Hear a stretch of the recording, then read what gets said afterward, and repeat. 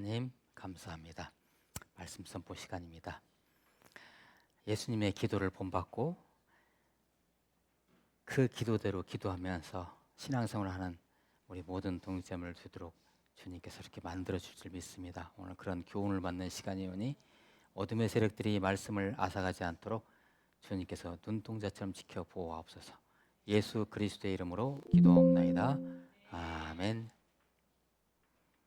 오늘 말씀 제목에 나를 영화롭게 하옵소서라는 이 제목은 우리들의 기도가 아니고요, 예수님께서 하신 기도예요.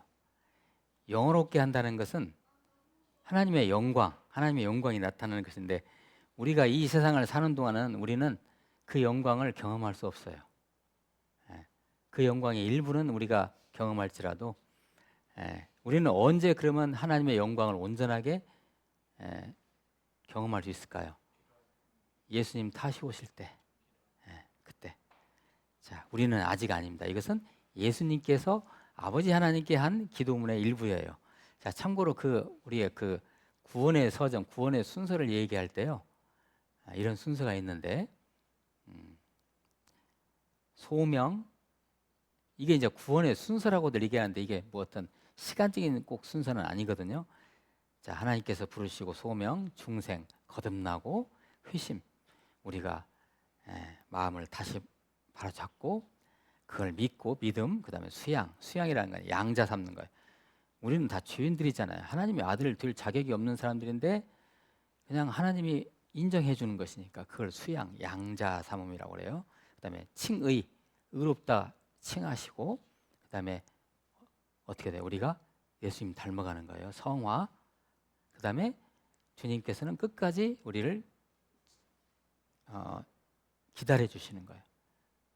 우리가 예수님 닮아가기까지. 그게 견인이에요. 그리고 그 다음이 영화죠. 마지막 단계가 구원의. 이 영화라는 것은 바로 우리가 예수님 다시 오실 때 그 나라에 가서, 영원한 하나님 나라에 갔을 때 우리가 경험하는 거예요. 이 땅에서가 아니고요. 자, 그래서 예수님께서 오늘 기도문에서 나를 영화롭게 하옵소서, 이것은 예수님만이 하실 수 있는 기도예요. 이것이. 자, 우리가 할 수 있는 기도는 아직 아니고요. 요사이 여러분들이 하시는 기도는 기도는 어떤 기도입니까? 무엇을 위해서, 왜 그런 기도를 하시나요? 자, 오늘부터 몇 주에 걸쳐서 요한복음 17장 예수님의 기도에 대해서 같이 은혜를 나눠보고자 합니다. 오늘부터 이제 같이 한번 은혜를 나눠봅니다. 요한복음 17장의 기도는, 요한복음 17장 전체가 다 예수님의 기도로 되어 있어요. 이 기도는 우리가 이 지상에서 본보기로 삼을 최고의, 진짜 아주 최고의 모범적 기도입니다. 이른바 이 기도를 우리는 예수님의 대제사장적 기도라고 합니다. 또는 예수님의 대제사장의 기도. 예수님이 대제사장이시니까요. 대제사장이신 예수님이 제사에 앞서서 기도를 드립니다. 무슨 제사입니까, 그게? 예수님은 지금 오늘 요한복음 17장에서 예수님이 어떤 제사를 드리기 전에, 예수님이 지금 이 기도를 드리는 부분인데, 이게 그러면 어떤 제사예요? 십자가에서 죽으심이에요. 그게 제사인 거예요. 더 나아가서는 십자가에서의 죽으심과 부활까지, 그것이 하나의 제사를 거기에 앞서서 예수님이 지금 하시는 그 내용이 요한복음 17장이에요. 예수 그리스도는, 우리 예수님은 대제사장이면서 동시에 제물이 되세요.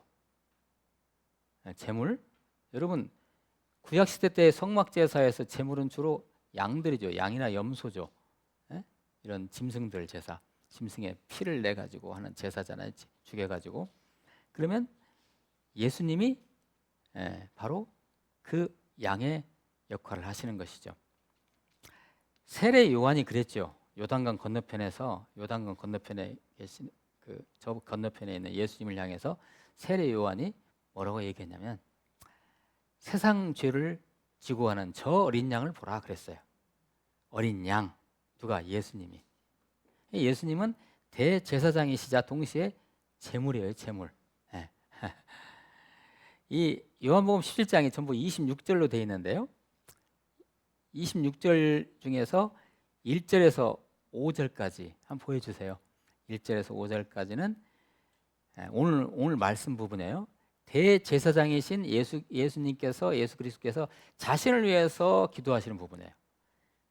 그 다음에 6절에서 19절까지는 예수 그리스도께서 제자들을 위해서 기도하시는 부분이고요. 앞으로 이제 이거 나누게 될 거예요. 그리고 20절에서 26절까지는 성도들을 위해서, 그리고 앞으로 구원받을 성도들까지도 포함해서 하시는 기도예요. 그들을 위해서. 이제 요한복음 17장을 우리가 다 나눈 다음에 제가 정리를 해야 되겠지만, 제가 성급하게 간추려서 말씀을 드리면, 이 대제사장적 기도라는 것은요,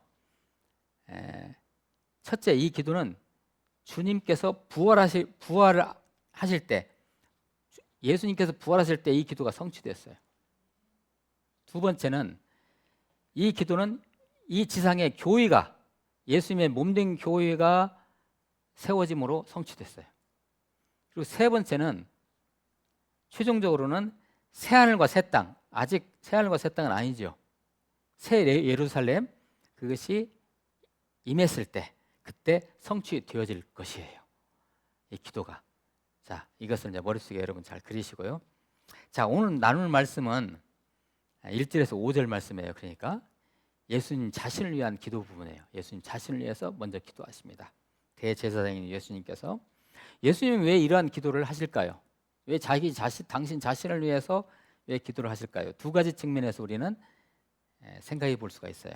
첫 번째는 이 대제사장적 기도를 하시는 예수님, 먼저 자신을 위해서 기도하시는데, 이것은 우리가 구약에서 그 근거를 찾아볼 수가 있어요. 자, 한번 우리가 쉽게 한번 생각해 보세요. 대제사장이 자기 백성들의 죄를 안고 들어가서 지성소까지 들어가서 제사를 하는데, 피해 제사를 하는데, 그러기 전에 그 제사장은 어떻게 해야 돼요? 심령이 어떻게 해야 돼요? 청결해야 되죠. 그럼 먼저 제사장이 그 제사를 드리기 전에 당신 자신을 위해서 먼저 제사를 드려야 돼요. 오늘 이 1절에서 5절 말씀이 예수님께서 그 대제사장으로서의 그 십자가를 지기 전에 바로 그런 당신 자신을 준비하는 그런 기도이신 거예요. 그런 차원에서. 자, 제가 출애굽기 30장 19절에 21절 말씀을 가져왔는데 제가 읽어드릴게요. 잘 한번 보세요. 아론이라는 건 대제사장, 구약시대 때 대제사장을 대표하죠. 아론과 그의 아들들이 그 두멍에서, 물두멍이라는 건 세숫대야를 말하는 거예요. 물이 담겨져 있는 그 두멍에서 수족을 씻되. 왜 씻어야 돼요? 깨끗하게 해야 되니까요. 씻되 그들이 성막에 들어갈 때 물로 씻어 죽기를 면할 것이요. 제단에 가까이 가서 그 직분을 행하여 여호와 앞에 화제를 살을 때에도 그래야 할지니라. 이와 같이 그들이 그 수족을 씻어 죽기를 면할지니 이는 그와 그의 자손이 대대로 영원히 지킬 규례니라. 아멘.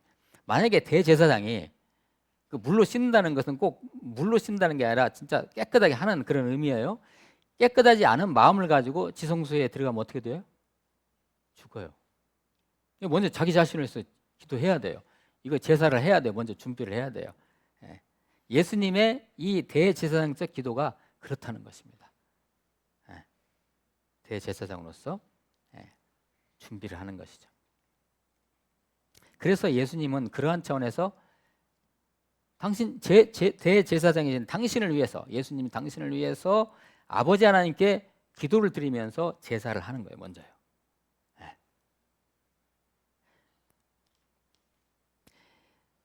다시 말씀드리지만 마치 구약시대 대제사장이 지성소에서 속죄하는 본격적인 제사를 드리기에 앞서서, 그 그림을 한번 동시에 보여주세요. 번제단에서 속죄하고, 이 대제사장이 그 일을 해야 돼요. 번제단에서 먼저 속죄하고, 물두멍에서 수족을 씻고, 떡상에 진설병을 진설하고, 등잔에 불이 꺼지지 않도록 관리하고, 분향단에 향을 사르고 등등의 일을 미리 이렇게 하고 들어가는 거예요. 대제사장이. 그 다음 장면 이렇게 있죠. 동문에서 들어가가지고 이렇게 번제단부터 해가지고 대제사장이 이런 것을 이렇게 다 겪는 것이죠. 자, 그러면 두 번째로 왜 예수님은 이러한 십자가를 지시기 전에 왜 예수님은 당신 자신을 위해서 이렇게 기도할까요? 두 번째 이유는 예수님은 비록 이 부분이 아주 중요합니다. 오늘 말씀을 이해하는 데 있어서 예수님은 비록 육체를 입고 계시죠, 현재. 그러나 예수님은 그 본질적으로는 누구예요? 하나님이시잖아요. 신성이 있지요. 이제 십자가에서의 죽으심과 부활은 인간의 육신을 가지고 있는 인간으로서의 의무적인 삶이 이제 끝이 나는 것이고, 그죠? 끝이 나고 그 인성을 신성 안으로 높여서, 잘 정리되십니까? 예수님의 신성과 인성이 다 영광스럽게 되도록, 그래서 아버지 하나님도 그 아들 하나님 안에서 영광을 받으시도록 준비하면서 기도하시는 것입니다. 다시 한번요. 오늘 말씀을 우리가 이해하는 데 중요한 부분이니까요. 예수님은 비록 육체를 가지고 계시잖아요. 지금 현재 십자가를 지시기 직전에 지금 하시는 기도입니다. 이게 대제사장으로서 그 본질에는 신성 하나님이 계시죠. 이제 십자가에서 죽으심과 부활은 인간으로서의 의무적인 삶이 끝이 나요. 이제 인간으로서의 역할은 끝이에요. 십자가 다음부터는, 그죠? 그 인간의 인성을 신성 안으로 높여서 예수님과 신성과 인성이 다 영광스럽게 되도록, 그래서 아버지 하나님도 그 아들 하나님 안에서 영광을 받으시도록. 실은 제가 이렇게 표현을 이렇게 하지만 실은 예수님은 뭐를 앞두고 있어요? 죽음이잖아요. 죽음. 그걸 통해서 예수님이 영광을 받으시는 거예요. 그 영광을 아버지께 드리기 위해서 지금. 그러면서 동시에 이제 육신, 인성을 버리고 신성으로 돌아가는 그런 과정을 하나님께 드리면서 기도한다는 거예요. 자, 이제 말씀을 보면서 다시 한번 설명을 드릴게요. 오늘 말씀을 한번 보세요. 요한복음 17장 1절 한번 보세요. 1절. 예수께서 이 말씀을 하시고 눈을 들어 하늘을 우러러 이르시되, 이렇게 되어 있죠. 예수님께서 이 말씀을 하시고 해서, 이 말씀이라는 건 어떤 부분이냐면, 자, 예수님은 지금 십자가를 지시기 직전이죠. 지금 이게 예수님이 잡히기 직전에 하시는 기도거든요. 이게요. 그러면 그 전에 예수님께서 제자들을 다 오라고 해가지고 예수님께서 장황하게 설교를 하세요. 그걸 갖다가 고별 강화 또는 고별 설교 또는 다락방 설교라고 얘기합니다. 그게 요한복음 13장 후반부터 14장, 15장, 16장까지예요. 그 내용이 바로 오늘 17장 1절에 나오는 이 말씀을 하시고 해서 그 말씀이에요. 예수님이 제자들 앞에서 이제 마지막으로 고별 강화를 하세요. 고별 설교를 하세요. 다락방 설교를. 그 주된 그 내용이 뭐냐면요. 뭐겠어요? 나는 이제 죽는다. 그리고 나는 부활해서 아버지 곁으로 올라간다. 대신에 너희들을 위해서 성령을 보내줄 것이다. 이게 골자예요. 그 고별 강화에. 근데 그 내용을 고별 강화를 하실 때 그 제자들이 이해를 했을까, 이것을? 전혀 이해를 못했어요. 무슨 말인지도 몰랐어요, 그들은. 아무튼 그렇게 하시고, 그래서 이제 이 말씀을 다 끝내놨어요. 고별 강화 다 하시고 이제 마지막 이제 고별 설교 하시고 이제 눈을 들어서 기도하시는 거예요. 눈을 들어 하늘을 우러러 이르시되 아버지여, 때가 이르렀사오니. 때는 어떤 때예요? 십자가 달리시는 때. 이제 구원받는 백성들을 위해서 그 죄 사함에 그 제사를 드리는 때가 왔다는 거예요. 이 때가 이르렀사오니 아들을 영화롭게 하사. 아들이 영화롭게 하사, 이 부분은 아까 제가 앞에서 잠깐 설명드렸죠. 이제 인성의 이 모습을 버리고 다시 하나님 신성으로 돌아가는, 영화롭게 하사 아들로 아버지를 영화롭게 하옵소서. 영화롭게 하게 하옵소서. 처참하게 십자가에서 죽는 그 순간이 누구를 영화롭게 하는 거예요? 당신 자신도 영화로운 것이고 아버지 하나님도 영화롭게 영광을 올려드리는 거예요. 와, 그래요? 2절입니다. 아버지께서 아들에게 주신 모든 사람에게 영생을 주게 하시려고. 여기에서 주신이라고 되어 있죠. 표현이 아버지께서 아들에게 주신. 지금 우리를 두고 하는 말이죠. 지금 우리가 선택받은 사람들이잖아요. 선택받은 사람들인데 하나님께서 만세전에 우리를 선택하셔가지고 예수님께 맡기셨어요. 우리들을. 그런 의미에서의 주신이에요. 아버지께서 아들에게 주신, 역시 여기서는 아들이라는 건 예수님을 지칭해요. 아들에게 주신 모든 사람에게 영생을 주게 하시려고, 영원한 생명을 주게 하시려고 만민을 다스리는 권세를 아들에게 주셨음이로소이다.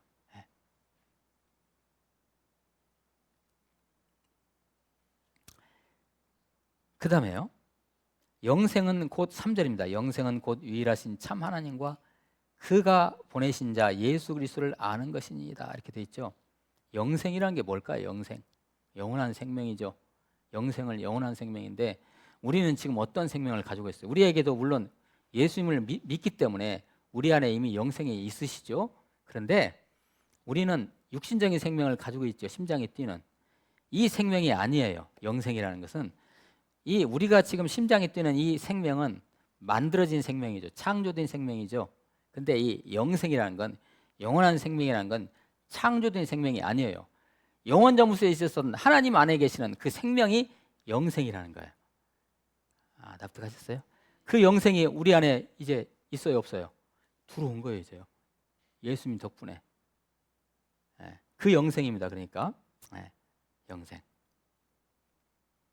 근데 그 영생이라는 것은 뭐냐? 3절을 다시 보시면 영생이라는 것은 곧 유일하신 참 하나님과 그가 보내신 자 예수 그리스도를 아는 것이래요. 여러분 안에 영원한 생명이 지금 계시다면 여러분은 누구를 아는 거예요? 그게 하나님을 알고 예수님을 아는 거예요. 이 예수님을 알고 하나님을 안다는 것은 지식적인 알미일까요? 아니에요. 그냥 영적 직관으로 아는 거예요. 느끼는 거예요. 그냥 내 안에 예수님이 계시네, 내 안에 영원하신 하나님이 계시네. 그것을 느끼는 것을 말하는 거예요. 안다는 것은.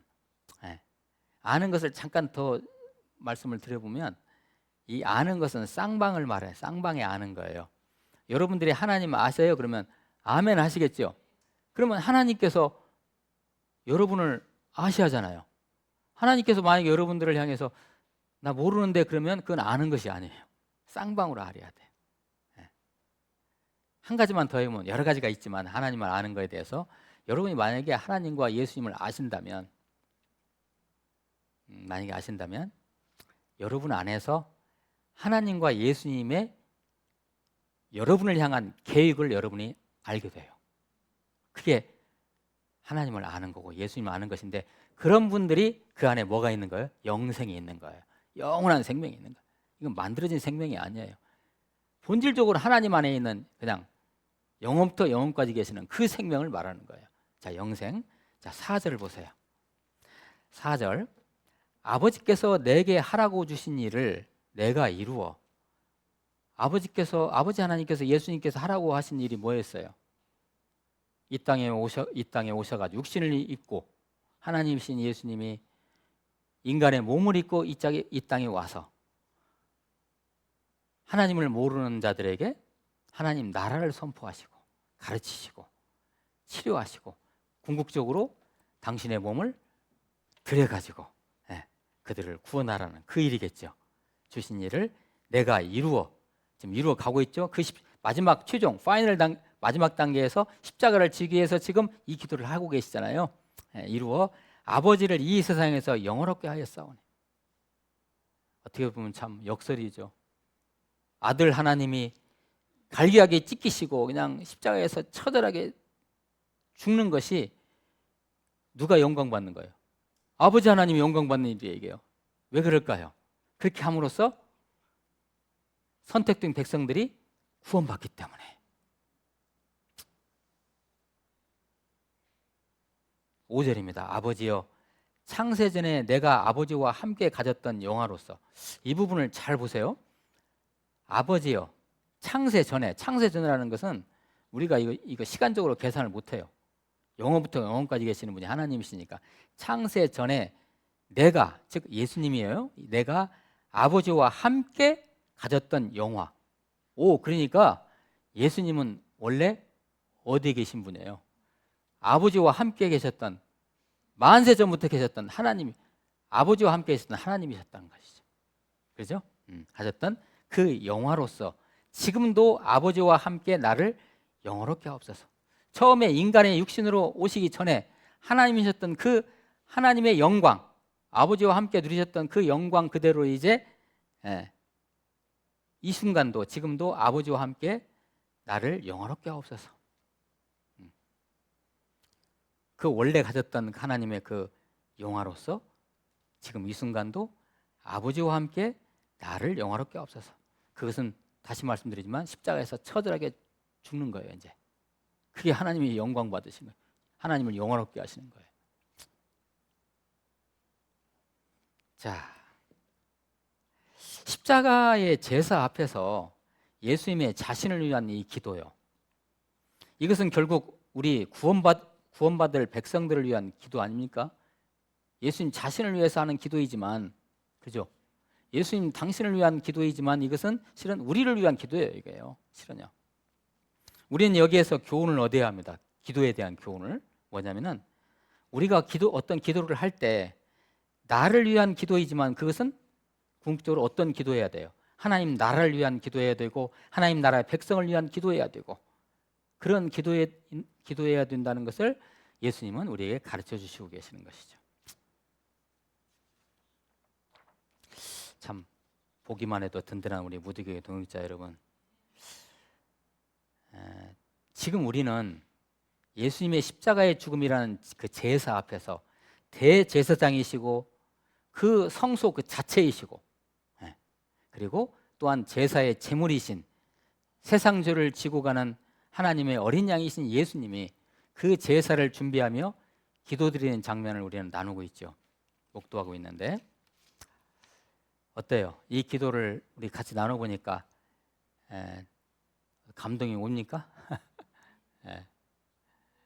지금 우리가 저와 여러분이 하는 그 기도라는 것은요, 우리 자신을 말해줘요. 제가 어떤 기도를 하잖아요.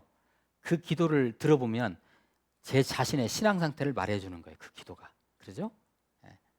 나와 주님과의 관계를 말해줍니다. 그 기도가. 나의 신앙을 보여주죠. 그리고 지금 내가 하는 이 기도가 영원한 장래의 저 천국의 삶의 모습을 보여주고 보증해 주는 것입니다. 그런 의미에서 오늘 예수님의 기도는 아주 확실한 기도인 것입니다.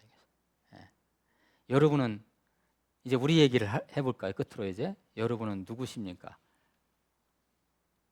제사장이십니다. 여러분들도. 저와 여러분들도 제사장이에요. 제가 말씀 하나 가져왔는데 익숙한 말씀일 거예요. 베드로전서 2장 9절 말씀 같이 한번 읽어봅니다. 시작. 너희는 택하신 족속이요 왕같은 제사장이요 백성이니 이는 너희를 어두운 데서 불러내어 그의 기이한 빛에 들어가게 하신 이의 아름다운 덕을 보게 하려 하심이라. 아멘. 어때요? 너희는 뭐라고 되어 있어요? 택한 족속이 왕 같은 제사장이요 하죠. 저와 여러분 제사장이라고 해요. 제사장.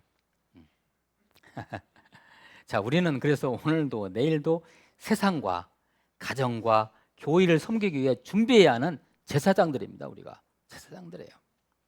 때로는 예수님과 비슷하게 죽음으로 섬기는 자가 되어야 하는 그런 제사장일지도 몰라요. 죽음이 어떤 형태의 죽음이든 간에요. 이제부터 우리 동역자분들, 저와 여러분들은 이제 제사장다운 기도를 하셔야 됩니다. 이제. 예수님처럼 그 십자가의 제사를 드리기 전에 예수님이 당신을 위해서 기도하듯이 우리는 그런 기도를 예수님 따라서 해야 될 것입니다.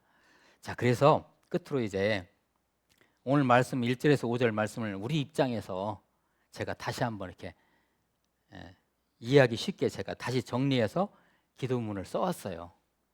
이게 제 이게를 준비하면서도 이게 맞나 이렇게, 왜냐하면 예수님이 하신 기도이기 때문에 그걸 우리와 이렇게 같이 겹쳐가지고 이 기도를 해야 되는데 라는 그런 마음으로 준비를 해왔는데요. 그냥 한번 드려보죠. 끝으로. 자, 그러면 같이 한번 읽습니다. 시작. 아버지, 때가 왔습니다. 저를 영원롭게 하셔서 제가 아버지를 영광스럽게 하도록 해 주십시오. 아버지께서 아들 예수님에게 모든 사람을 다스리는 권세를 주셨습니다. 아버지께서 아들에게 주신 모든 사람에게 아들이 영원한 생명을 줄 수 있도록 말입니다. 영원한 생명은 이것이니 곧 아버지께서 유일하시고 참되신 하나님이신 것과 아버지께서 보내신 예수 그리스도를 아는 것입니다. 아버지께서 나에게 하라고 맡기신 일을 내가 완성하여 이 땅에서 아버지를 영광스럽게 하겠습니다. 아버지, 세상이 있기 전에 아들이 아버지와 함께 가졌던 그 영광으로 지금도 아버지와 함께 아들을 영광스럽게 해 주십시오. 예수 그리스도의 이름으로 기도합니다. 아멘. 어떻게 잘 들으셨어요? 네, 기도하시겠습니다. 하나님, 우리 예수님께서 십자가를 지시기 전에 대제사장으로서 아버지 하나님께 나를 영원롭게 하옵소서 하는 그 기도를 본받아서 제사장인 저희들도 그런 기도를 하기를 원하오니 주님, 그렇게 저희들을 인도하시고 복을 내려 주옵소서. 예수 그리스도의 이름으로 기도하옵나이다. 아멘.